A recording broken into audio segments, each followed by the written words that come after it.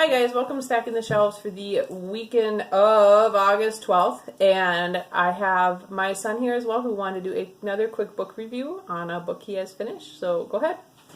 It's Wrath of the Storm by Jennifer A. Nelson. Nielsen, yep. It What'd you think about it? was good. Do you want to say anything else? It's about it's the third book in this series, and this is how he, really wins the huge battle that's going on in the book. Okay. What series is it? The Mark of the Thief. It's the third book. So Jennifer Nielsen also wrote the False Prince series, which I really enjoyed. I did read the first book in the series, but I didn't like it quite as much as my son did, so I stopped after the first book. But he really enjoyed the whole series, right? How many stars would you give it out of 5? Probably 4. Okay. All right. The only reason I didn't give it 5 is because it got a little bit boring through the middle, and then it got more exciting. Okay. All right. Well, thank you. Bye. Bye. Shut the door. All right.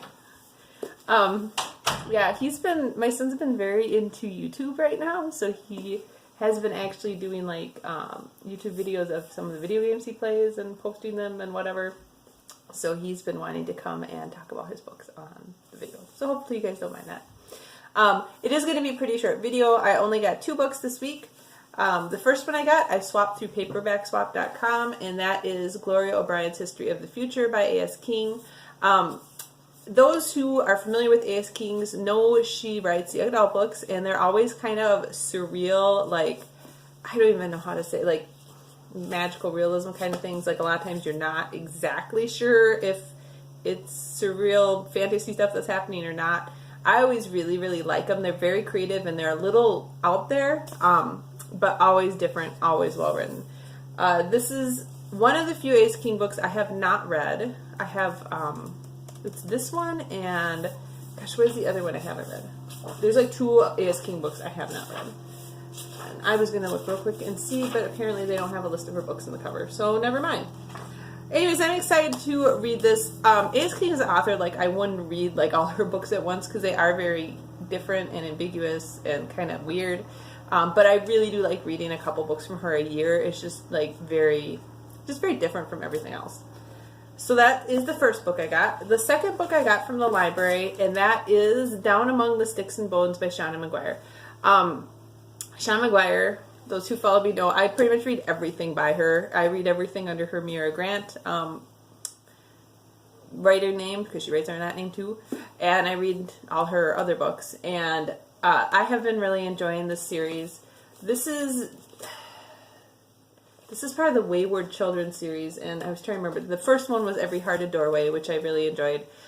This is kind of a urban fantasy about, hopefully my getting this wrong, about fairy tale, a home for what the people who are surviving fairy tales. Lots of bad stuff happens in traditional fairy tales, and this is a home for the kids who survived all the bad stuff and are trying to recover.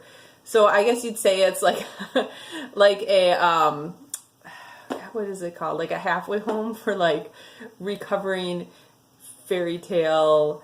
I'm just having trouble with my words tonight. Recovering fairy tale victims, I guess you would say. Do you ever have those times you're use your words, and I'm just not using my words? But anyways, these have all been very short. They're kind of more like novella length. I think this is just under 200 pages.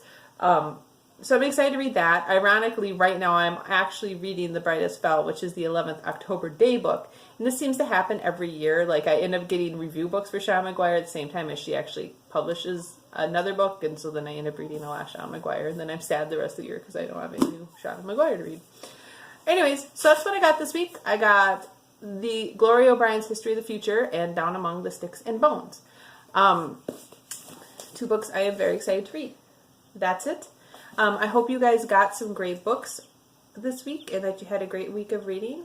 I really don't have much for an update personally. My job is going really well. I had a little bit of a rough week last week, but then things were a lot better this week. And, you know, sometimes that's just how it is. That's how it is at any job, right? But then a new job especially, I feel like there's a lot of ups and downs where you feel like, oh, I did a lot and I'm making a lot of progress. And, you know, days where you're like, I have no idea what's going on and I don't know why nothing's going the way I want it to. So, you know, there's going to be a little bit of that for a while, maybe forever. I don't know.